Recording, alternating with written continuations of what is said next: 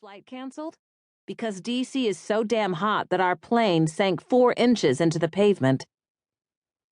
Eventually, a larger, more powerful vehicle was brought in to tow the plane, and this time, it worked.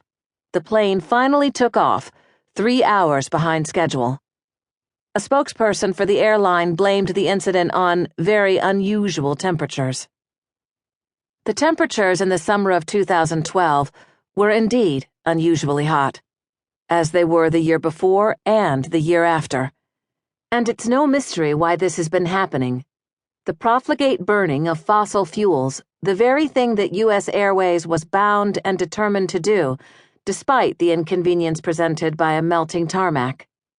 This irony, the fact that the burning of fossil fuels is so radically changing our climate that it is getting in the way of our capacity to burn fossil fuels, did not stop the passengers of Flight 3935 from re-embarking and continuing their journeys, nor was climate change mentioned in any of the major news coverage of the incident. I am in no position to judge these passengers. We are all, metaphorically, passengers on Flight 3935. Faced with a crisis that threatens our survival as a species, our entire culture is continuing to do the very thing that caused the crisis, only with an extra dose of elbow grease behind it.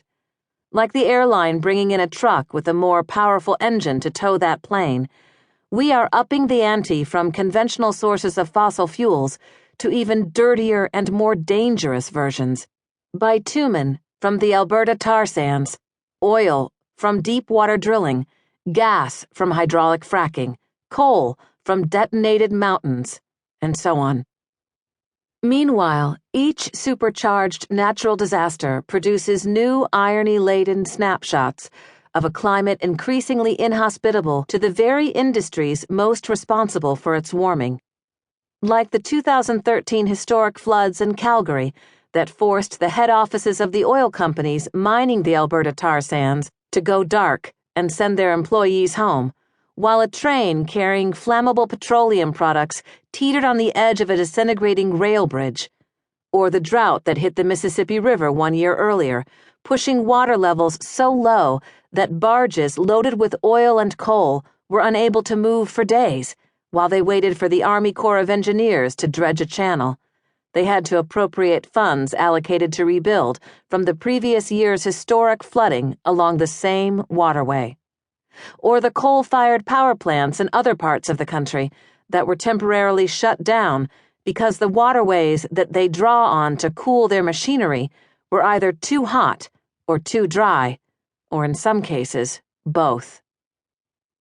Living with this kind of cognitive dissonance is simply part of being alive in this jarring moment in history, when a crisis we have been studiously ignoring is hitting us in the face, and yet we are doubling down on the stuff that is causing the crisis in the first place.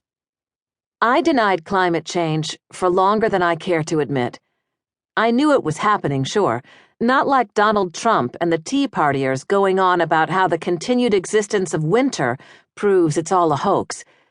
But I stayed pretty hazy on the details and only skimmed most of the news stories, especially the really scary ones. I told myself the science was too complicated and that the environmentalists were dealing with it. And I continued to behave as if there was nothing wrong with the shiny card in my wallet attesting to my elite frequent flyer status.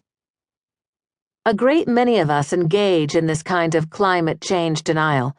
We look for a split second, and then we look away. Or we look, but then turn it into a joke. More signs of the apocalypse, which is another way of looking away. Or we look, but tell ourselves comforting stories about how humans are clever and will come up with a technological miracle that will safely suck the carbon out of the skies or magically turn down the heat of the sun. Which, I was to discover while researching this book, is yet another way of looking away. Or we look, but try to be hyper-rational about it.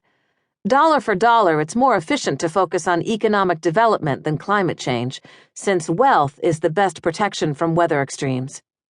As if having a few more dollars will make much difference when your city is underwater. Which is a way of looking away if you happen to be